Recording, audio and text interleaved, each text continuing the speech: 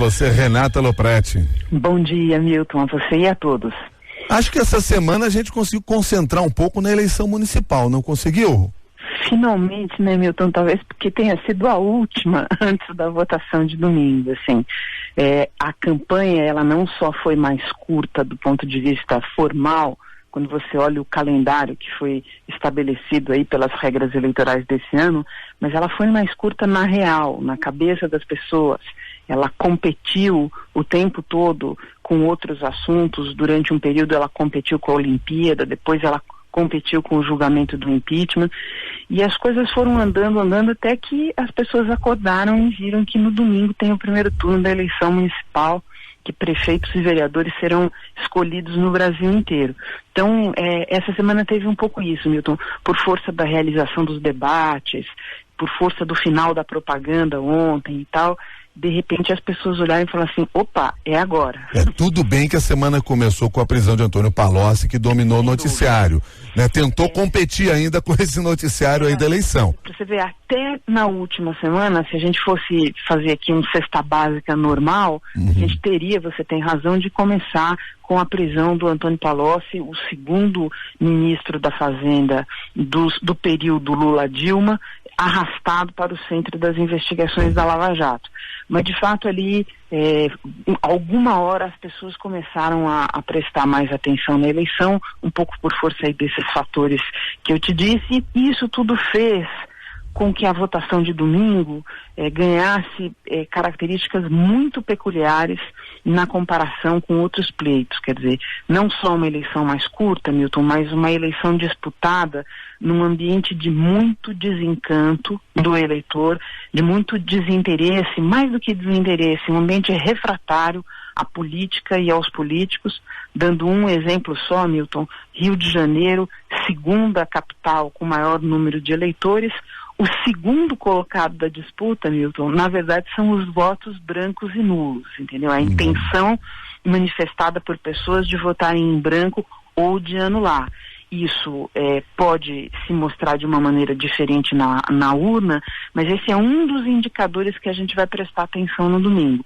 Qual vai ser o patamar de brancos e nulos, qual vai ser o patamar de abstenção, né? Ele tem sido alto em eleições recentes, mas de que maneira esse desencanto de que eu estou falando vai se manifestar nesse indicador no domingo? Uma outra coisa que a gente chegou e que é característica do que está acontecendo, Milton, é uma extrema volatilidade. Volatilidade é a palavra da hora, que tem sido martelada pelos responsáveis pelos institutos de pesquisa, pelas próprias campanhas. Assim, você está vendo troca de posições, indefinição por lugares, né, muito característico em São Paulo, a gente pode falar um pouquinho mais daqui a pouco, no próprio Rio de Janeiro.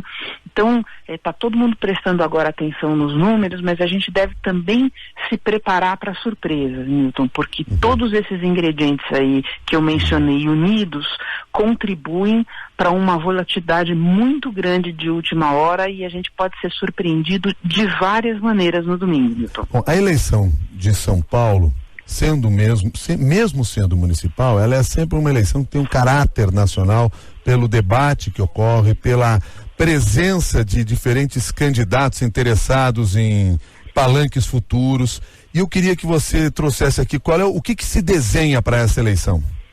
Milton, você tem em São Paulo uma candidata que de alguma maneira reflete o grupo que agora está no Poder Federal, que é a Marta Suplicy, ex-PT, atual PMDB, que passou a disputa toda favorecida por um recall grande, até de fato dela ter sido prefeita, de ela estar na praça aí há muito tempo, mas que chega à votação de domingo embolada com uma turma na disputa pela segunda vaga aí no segundo turno. Você tem um outro candidato, que é o João Dória, estreante em eleições, que saiu ali de um patamar baixo de intenções de voto e chega ao domingo na condição praticamente de ter garantida uma das vagas do segundo turno, ele é líder isolado da disputa e ele é o candidato, não diria que mais do que candidato do PSDB, ele é o candidato do governador Geraldo Alckmin.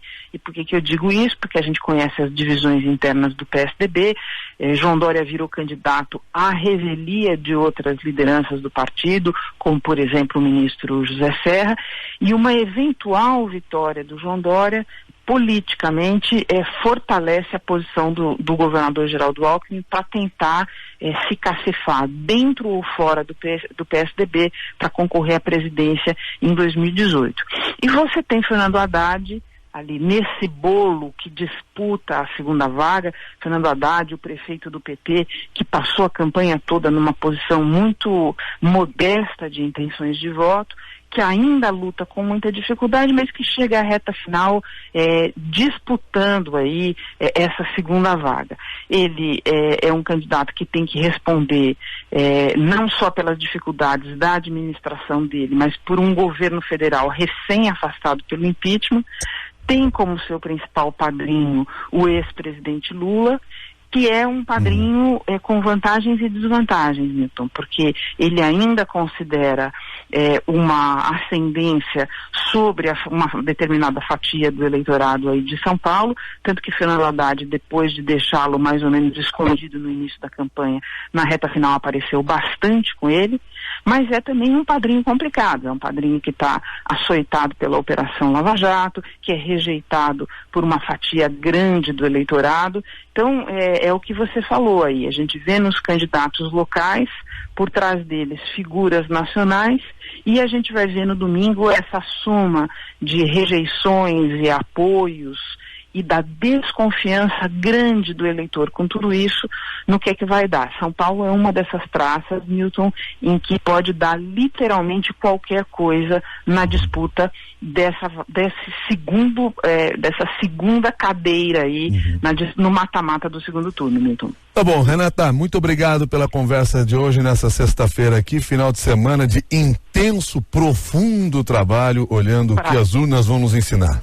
Para todos nós e bom voto para todo mundo, Milton. Que assim seja. Lembrando que nós também temos que escolher um candidato a vereador. Não esqueça desse cargo. Ele é importante na política da sua cidade. Muito obrigado, Renata. Até mais. 8h13.